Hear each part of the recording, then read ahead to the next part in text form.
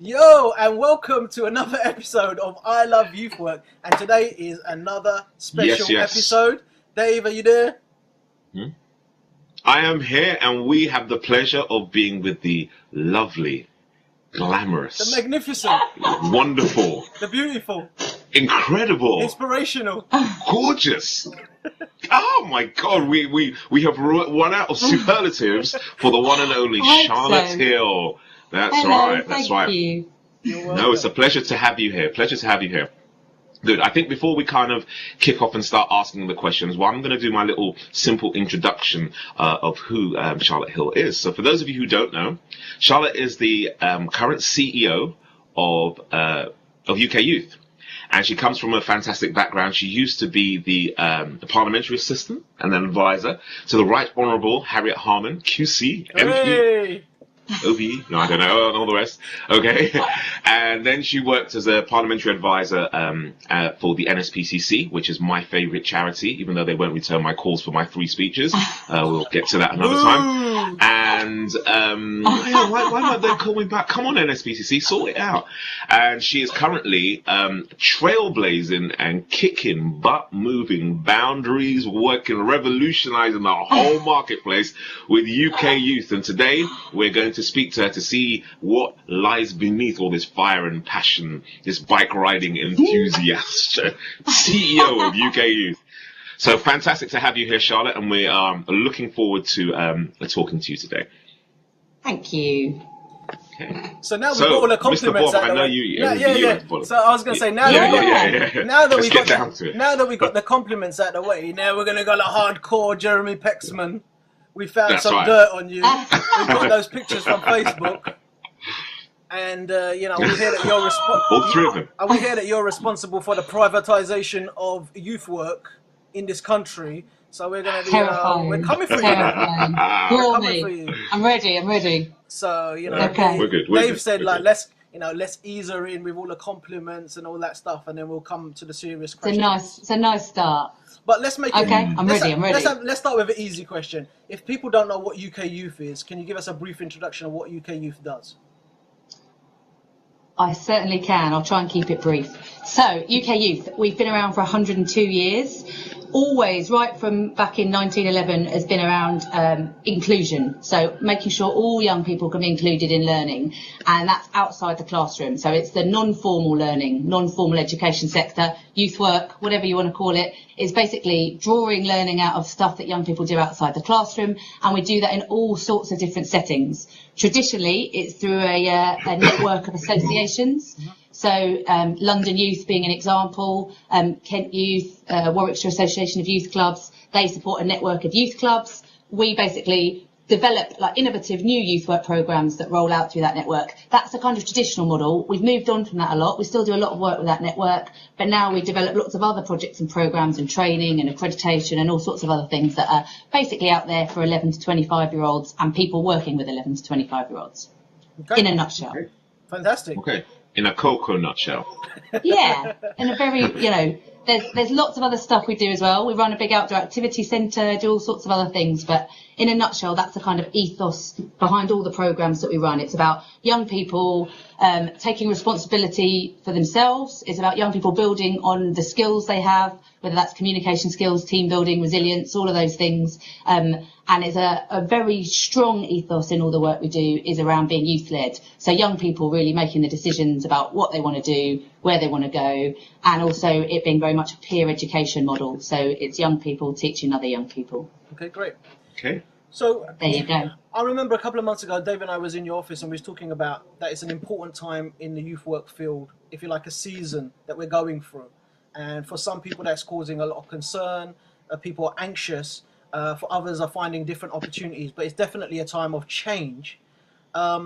What is UK Youth doing in this time of change? I know that UK Youth is working with some international businesses or global businesses to kind of look at new funding streams or new ideas. But what in summary is UK Youth doing in this time of change? It's interesting talking about a time of change, how many people today have been getting in touch actually because of our ministers changed. So with the reshuffle yesterday, I think again, people are having a big think, regardless of whether people agree with the coalition government or not, or thought Tim Loughton was great or not, actually he was a really strong ambassador for quite a lot of the work we did. At least I always felt I knew we had a voice in that department, speaking up for quite a lot of what we did. So I think it will be really interesting to see what happens now he's moved yesterday. But anyway, broadly across the sector, it is a massive time of change, and I really loved it. I loved the analogy when we last met you gave of it being like going through the seasons. I think that's so true, and I think there's lots of people in youth work who have actually probably seen us go through this cycle a few times, the kind of seasons of, you know, when there's funding, when there isn't, when youth work or whatever is in vogue and is the popular thing. I definitely think it's no different from lots of challenges we've seen before, which is we've always had to be quite innovative about how our work is funded. I don't think that's anything particularly new. I think people have always got to be looking at who can we partner with to do our work, who, not just around funding. And I think that's the thing that we've been really trying to do with some of these things you've been talking about with companies particularly. We don't necessarily go to companies and say, we need some money. We basically go to companies and say, right, this is what we do. This is why it's really beneficial for your company. And that's whether it's around, you know, this is your workforce of the future. These are the young people who are going to come and work for you. These are the skills we know you want them to walk in and have. And actually, that's what good youth work gives them.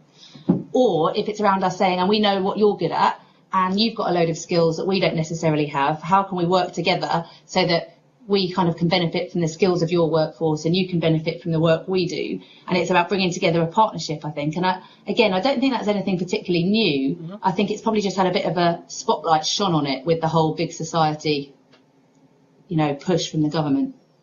Dave, you got any comments on that? It's very interesting. Yeah, it's very interesting. I didn't yesterday I was out doing some workshops and then eating some lovely Italian in the evening. But I didn't realise even when I was on the way home when I was reading all the changes that Tim Loughton had actually moved, who was a real strong ambassador. So it's quite interesting, as you say, you've done a lot of working with those external organisations, but. You know, how are we feeling that, you know, this massive champion that we had in Parliament who really had the back, you know, a lot of people who I know who had met Tim Loughton were really, you know, complimentary of what he'd done in the youth space. You know, how are we going to cope? Well, not how are we going to cope, but what's the kind of outlook now that he's gone and somebody else has got, you know, come in to replace him? How have you seen it? I think, well, interestingly, they never do a kind of a straight swap with ministers anyway. So as the new kind of team come in, as I understand it, they'll sit down over the coming week or so and between them have a look at how they're going to divide up the education brief amongst them. So it may be that actually the kind of direct brief that Tim had is going to be divided amongst people. I've got to say I've been increasingly nervous about the direction of travel for the department since it changed its name from Children's Schools and Families to Department for Education. Because actually, Children's Schools and Families described perfectly what it did. It really was about more than just that kind of time that kids sit in a classroom. It's about all of the other stuff that goes around young people's learning. And the increasing shift we've seen within the department of, you know, a massive decrease in a focus around the youth work, the youth sector, a huge increase in, you know, all of the officials and everyone else working around the free schools and the academies agenda. I'm nervous because actually I think we've got to have a voice in Westminster. I don't necessarily think it's about funding particularly. I think it's about us making sure we have got a voice in Westminster, speaking up for the really important work that is happening in our sector. And so I just really hope, and I think Tim did that really well. I think he was in an incredibly difficult position, bearing in mind all the cuts he's had to oversee as a minister. You know, it could have been that every single youth sector event he went to, he would be booed at. And actually, I think it was a real testament to him and the amount of hours he put in and all of the face-to-face time he put in with people going around, that didn't happen, that people actually did see he was trying to be an advocate in the department. So let's see. I don't know, it's a bit too soon to tell. I don't want to damn them before they've even started, because it might be that actually someone else comes in and does a fantastic job. Well, I don't know. See. Maybe we can damn them before they come in. I mean, I'm not a big fan of what I'm holding my tongue. I'm holding my tongue here. I mean, I'm making. Go on, say it. Yeah. What do you think, Bob? Well, I'm not a big fan of what the coalition has done and the agenda that's been set. And maybe there might be another agenda that has gone over my head. But I think that the shift from children's schools and families to education has been more than just a shift in name.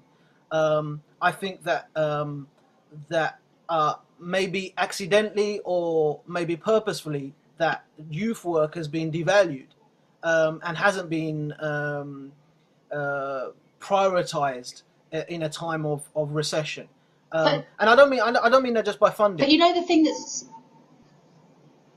I think the thing that's really weird about it is I don't think the Tories or the coalition have really got the idea that a lot of the stuff they're saying around the big society about national citizen service or whatever, actually it's youth work. But for some reason they don't want to invest in youth work. They kind of have shifted it out of education and they've put it over in the Cabinet Office, and they've tried to kind of keep it as this thing around communities and civil society, and actually it's not. It's good basic youth work is what's going to make those programmes really work.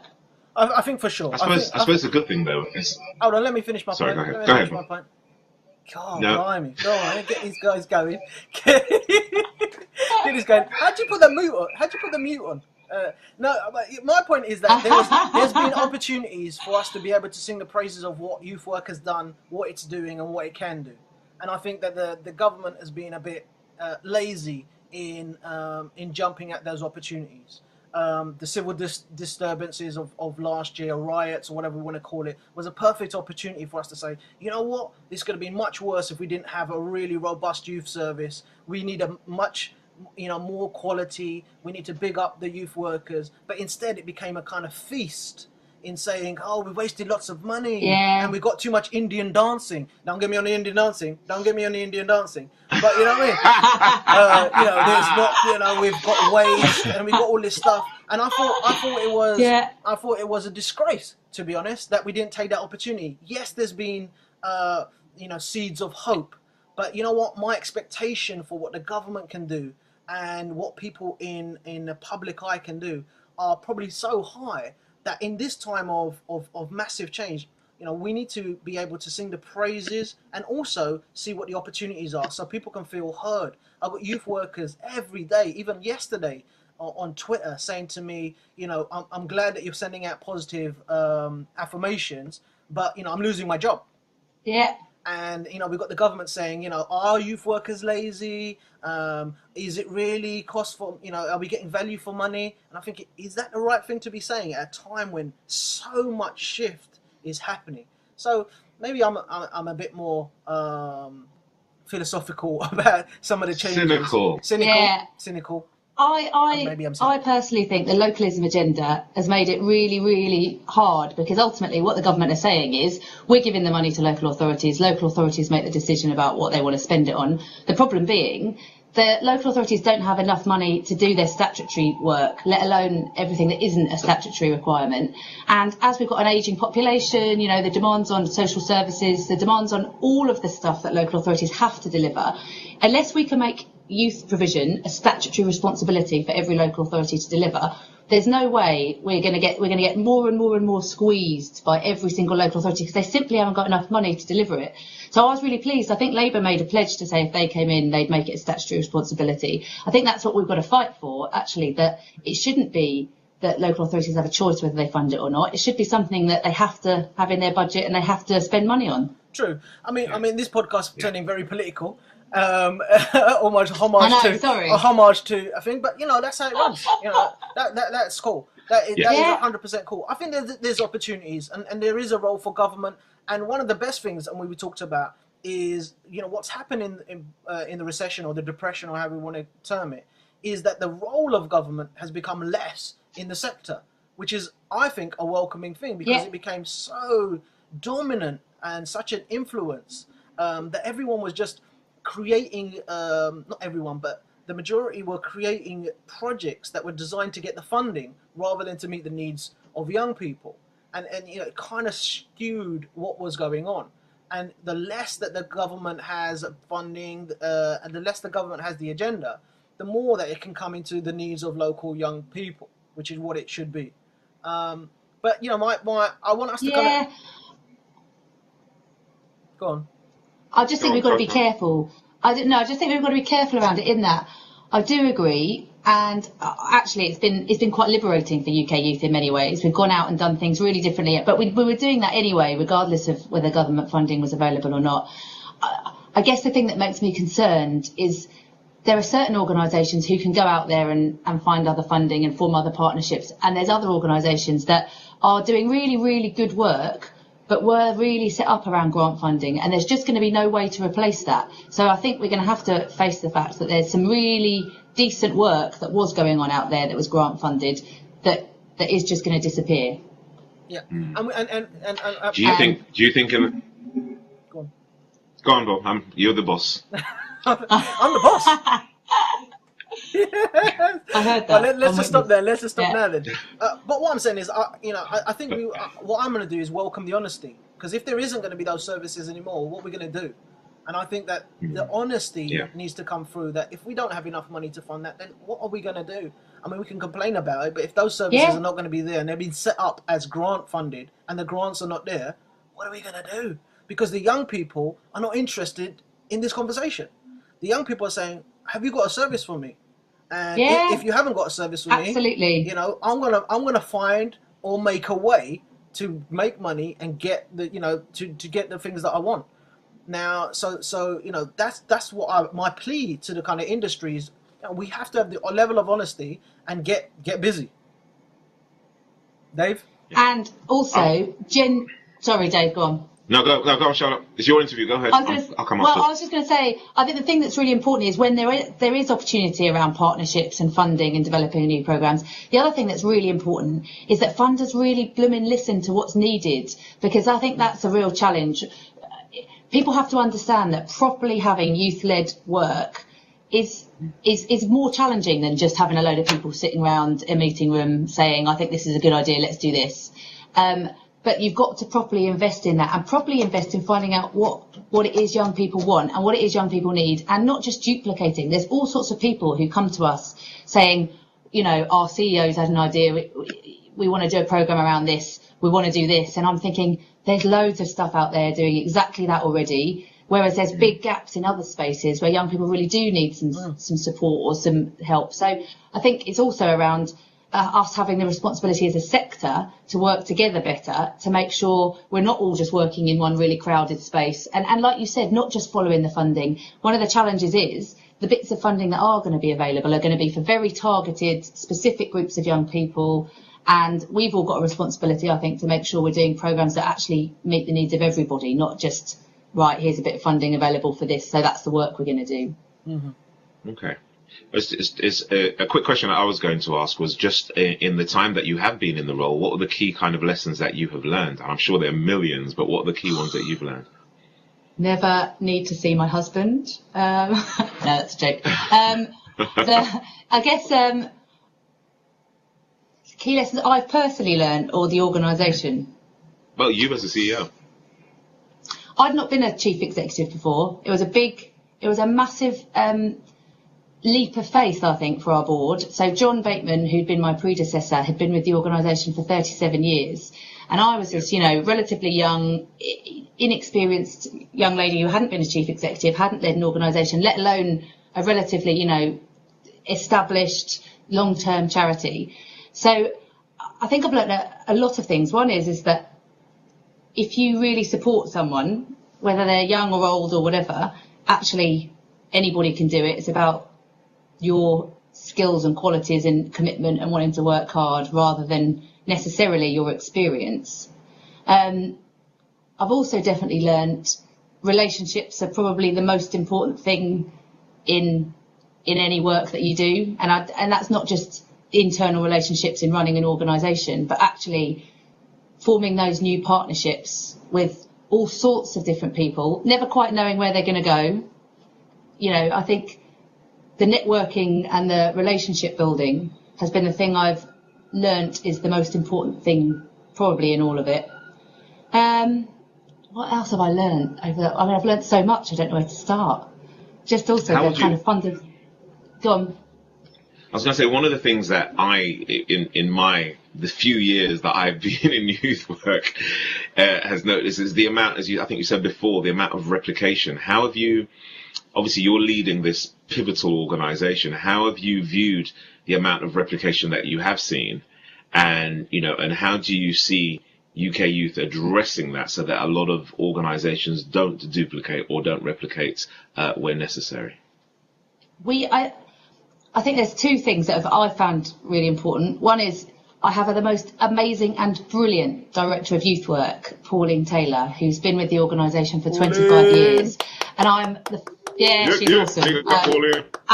I was really pleased, actually. CYP Awards yesterday did their shortlist, and she's been nominated as the Children and Young People's Champion, which I think couldn't be more fitting, because she's exactly that. She's an awesome lady. She is an absolute rock for me, because she's been doing, working in youth work, the youth work sector, all of her life. She's seen everything go round and round and round, do all sorts of cycles. She's seen all sorts of different organisations try all sorts of different things, following all sorts of money. So she, for me, is a person who I immediately have a kind of a touchstone around saying, right, have we done this before? Is this a cycle we've been through? Have you seen anyone else in the sector try this? Who, if you have, who's done it well?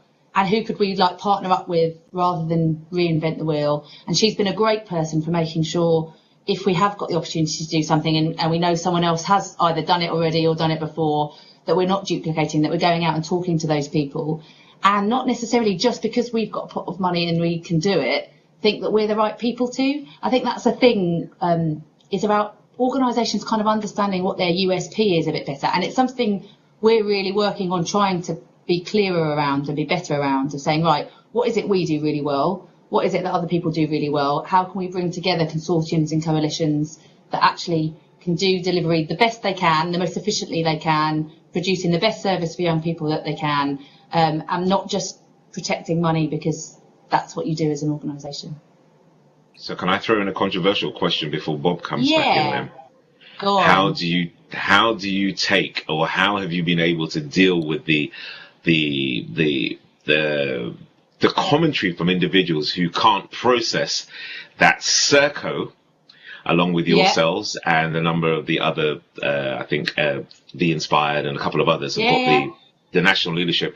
How do you deal with the flack around Serco? I'm going to be honest, I can't stand Serco. I can't stand them. All right, do you know look what? at my eyes, look, I can't. But how do you deal with it?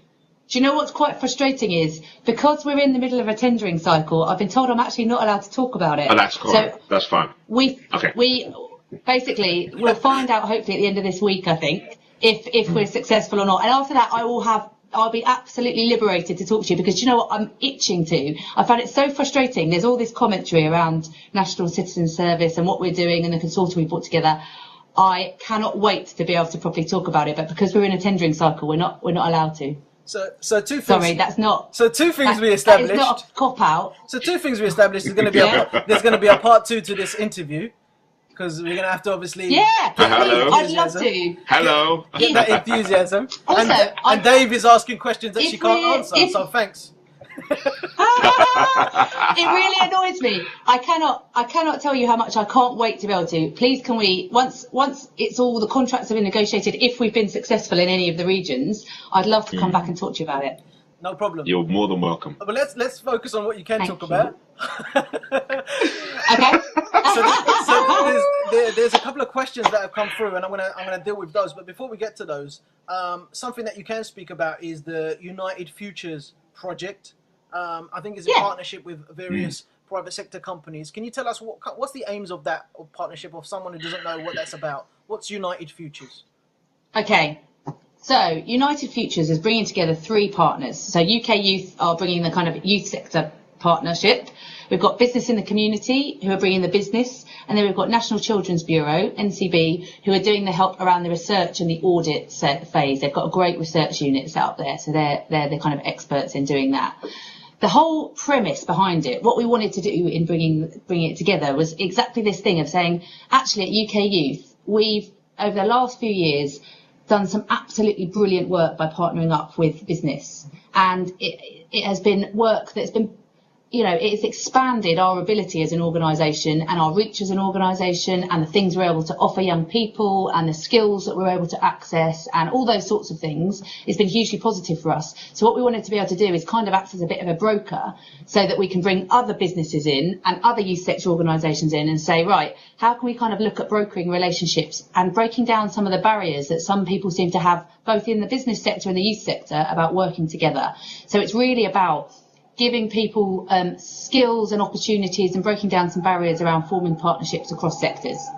Okay, so one of the questions that we had from Twitter, Charlotte, came from Winston Good. Good with the E. I follow Winston. I follow him. Indeed. Winston is a good egg. And his question I shall read it exactly from script, so I'm not summarising. He says, what are your views on police officers gaining youth work qualifications, and will it put them more in tune with young people? Interesting question. I know that we have been round this a million times variously when they talked about bringing in community support officers and all sorts of things. I know a really strong lobby came from the youth work sector saying these guys should have youth work training, which is so right. Yeah. I don't think it's just about police officers though. Actually, youth work training is useful for most jobs that you do, to be honest. We'd be really strong advocates. Interesting, I was up in the northwest in Cumbria yesterday and we were having just this conversation saying actually when lots of our organisations we work with are looking at how they can become sustainable, one of the things they're looking at is actually if their training offer that they offer to the youth work sector is transferable to other sectors. And it absolutely is. I think there's a real gap, not just around police officers, around all sorts of other professions, of us using the skills that we use to train youth workers to transfer that across to other sectors. So yes, absolutely. I don't think it's just about the empathy they'd have with young people. I think it's about the way they'd approach their whole job, as well as the young people they work with. Oh, I got a question. I'm gonna put my hand up now. Anyway, but I think while you were speaking, everything that was coming back to my mind was the conversation that we all three of us had, which was about the value that youth workers have, across other sectors, and they can use their skills to train customer service. They know about customer service, how to build rapport with people, delegation, working within teams. The skills and the abilities that youth workers have.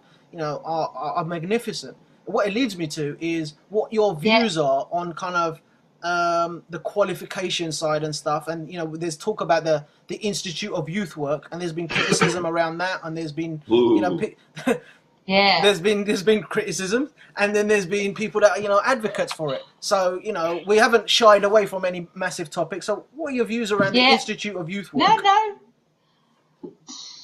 I think with all of it. I'm quite torn in that there are loads of people who volunteer in youth clubs, who get trained up or whatever, who are really brilliant youth workers. And I don't think you have to have a qualification necessarily to be able to do that. I'm also wary at the Institute of Youth Work thing. I'm just wary about us constantly creating these kind of new central national things when actually surely that's kind of a role that some of the organisations that exist already should be playing.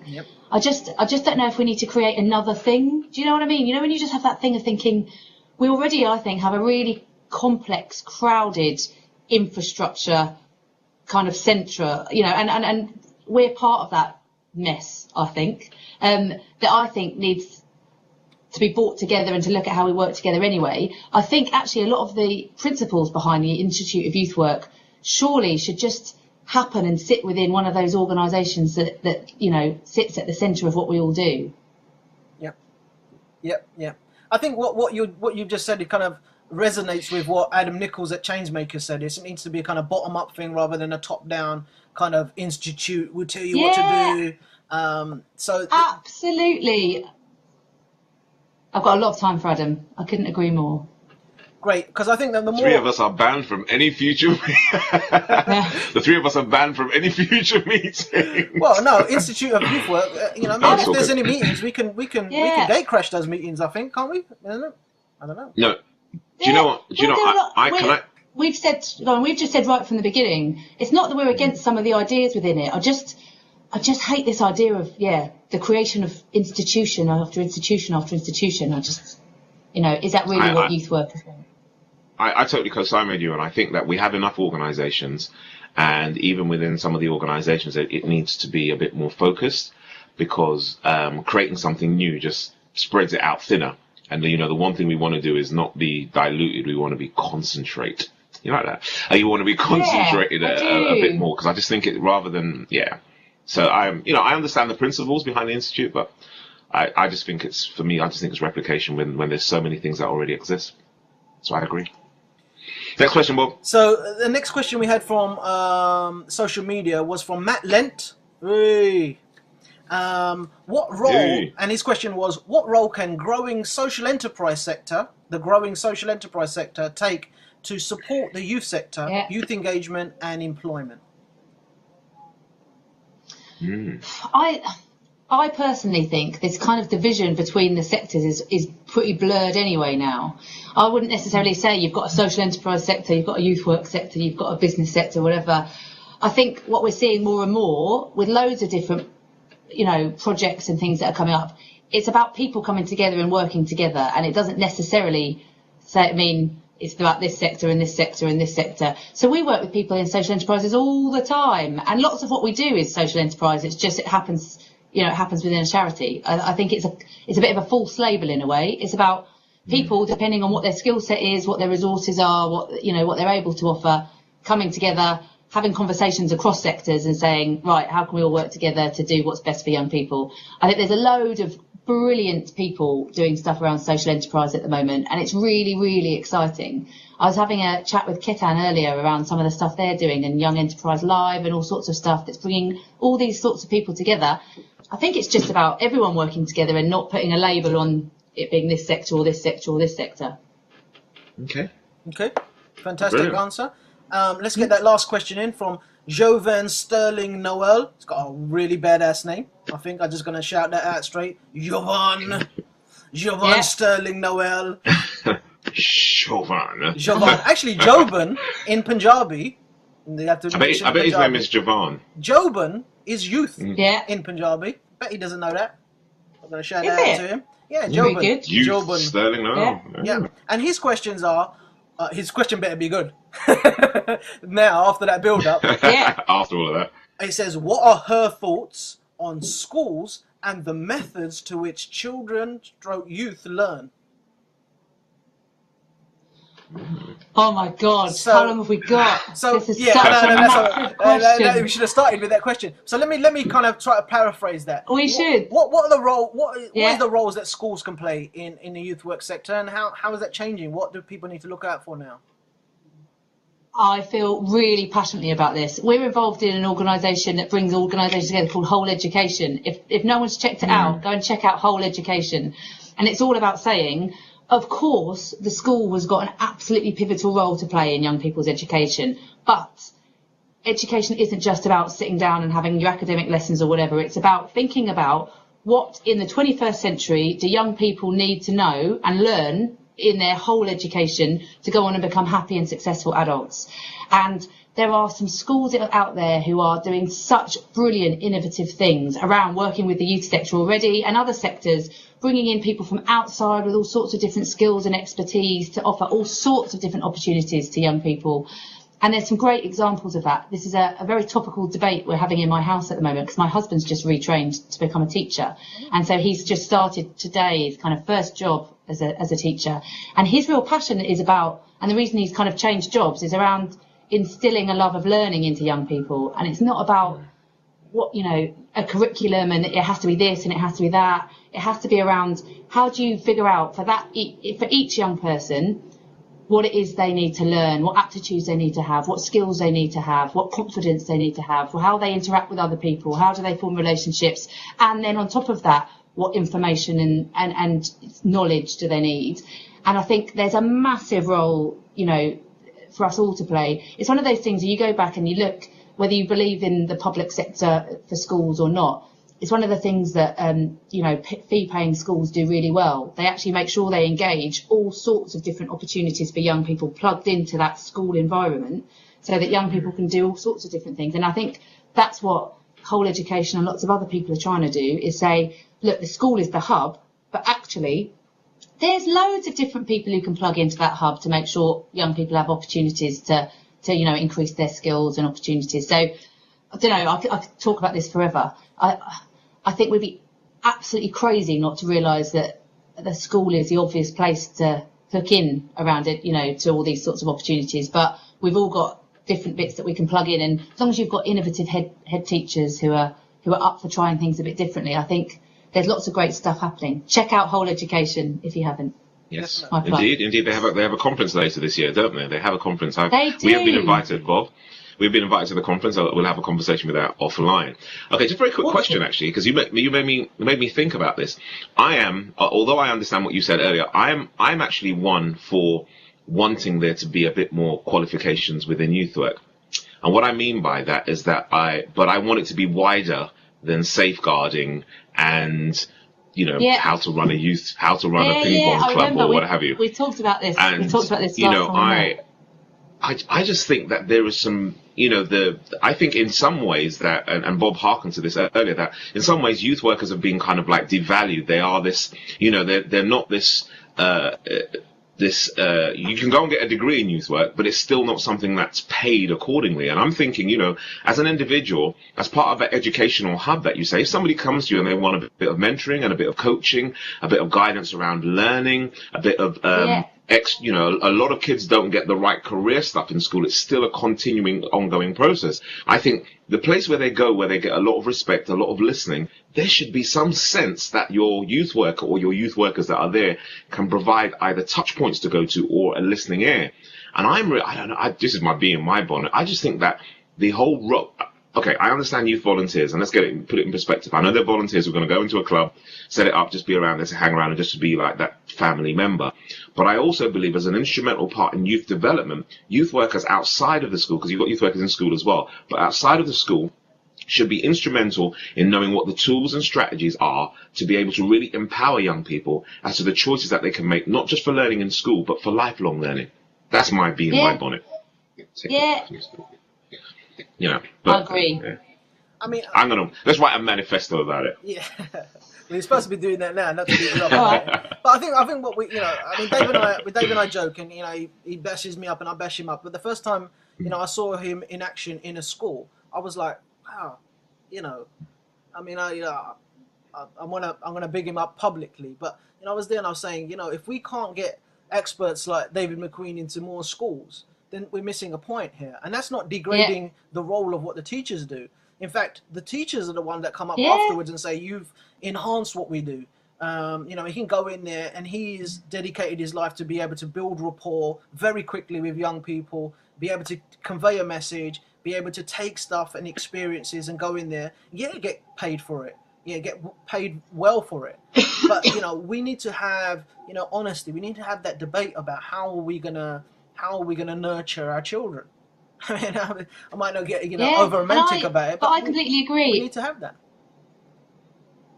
And I remember thinking back to when I was at school, there being some outside speakers and people who came in, and they've completely stayed with me now. They're some of the kind of bits of my education that I completely remember as being the most motivating, the most inspiring, the things that made me think, yeah, I could do that. And you're right, it's about bringing all sorts of different exposure. It's about exposure to all sorts of different opportunities and things for young people, and not just it being about this is how school works. What it comes down to me is the responsibility for that nurturing isn't down to the government, isn't down to the youth service, isn't down to UK Youth, isn't down to kind of Starbucks. It's down to all of us, and we all need to play a role. And I'm continually talking to parents and saying, you can't just delegate that to someone else. And this is all about us contributing something. And schools, I believe, and I know that Dave believes this too, are a central point, because that's where the young people, a majority of the young people are. And those that are not in school still have some relationship to that school, whether they're being excluded, whether they hate their school. But, that should be the place where everyone feels a sense of contribution, that they could contribute something. And the reality of it is that people are waiting for the chance to contribute. I don't think people are reluctant. When I've worked in communities, people are aching to contribute something because they know how centrally important it is. But we're all going to go onto our soapbox. I know that we might be short a bit of time. I'm constantly flicking my eyes over to the time. So, Dave, do you want to start? Over to the clock. Yeah. Do you want to start rounding us up before we get told off? Yes, indeed. I want my last kind of question to you, Charlotte. Obviously, we're fanboys. I think we made that very obvious in the interview. We're not going to even hide that. But what does the future hold for the CEO, Charlotte Hill of UK Youth? UK Youth is such an exciting organisation to be part of. I love the fact that now I'm kind of 18 months into my job, which I can't believe has gone so quickly. So I've kind of done that period you do as a new chief executive of properly getting to understand your organisation and look at it. So we're now just in the process of actually just completely reviewing and redoing our strategy for the next 3 years, of saying, right, we've got a great organisation here, but like you, we're really passionate about what we do, and we want to make sure we're the best organisation we can be to support young people. So we're just refreshing. We've just done a brilliant load of stakeholder engagement about trying to understand from people what we do well, what we don't do so well, where there's a need for us to focus. So we're just looking at kind of focusing our work on what's coming for the next 3 years. The thing, though, that we come back to time and time again, and that people think we do really well, but I think we can do better, is this youth-led element. I think there's a big space within UK Youth for us to do even more. We do a lot with UK Youth Voice and lots of young people shaping our projects and programmes and sitting on our board, and I think we're good, but I think we can be great at it. So I think there's some more scope for us doing more there, and loads of other stuff. I've got a big long list. I'm looking up at my to-do list up there, and there's a lot coming, and hopefully doing more collaboration. I'm all for looking at ways we can work with other national organisations as well as all the local partners and people we work with, and saying, right, let's bring it all together a bit. Let's make sure we do have that voice for youth work that's needed, and that we're all speaking from one hymn sheet rather than hundreds. Okay, over to you, Bob. I shall leave you to round out. I'm just overwhelmed now. I mean, one of the questions I like to ask as a final question is some people might be watching this and they might be concerned. They might be in the process of losing their job or trying to look for another job, feeling a bit scared. We've been quite enthusiastic about the opportunities, but at the same time, we always base it in, hardcore reality that, people might be very uncertain at the time. Yeah. So is there a message of hope that you can give to someone watching this to say, these are the opportunities? What would you like to say if someone's watching this now and they're saying, oh, it sounds really great, everyone seems really positive, I feel quite concerned and uncertain. Yeah. What would be your message to them?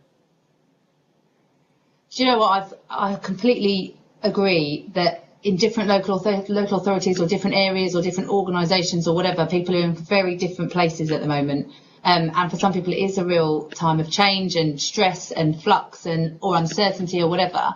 All I can say is the role that we see ourselves playing is, one, being a real champion for why this work is important, so that people hopefully will keep investing in it, whether they're the local council, whether they're business or whatever, but also that role of saying, where we can, we want to play that role of being a broker, of bringing in as many funds and support and things as we can into a sector.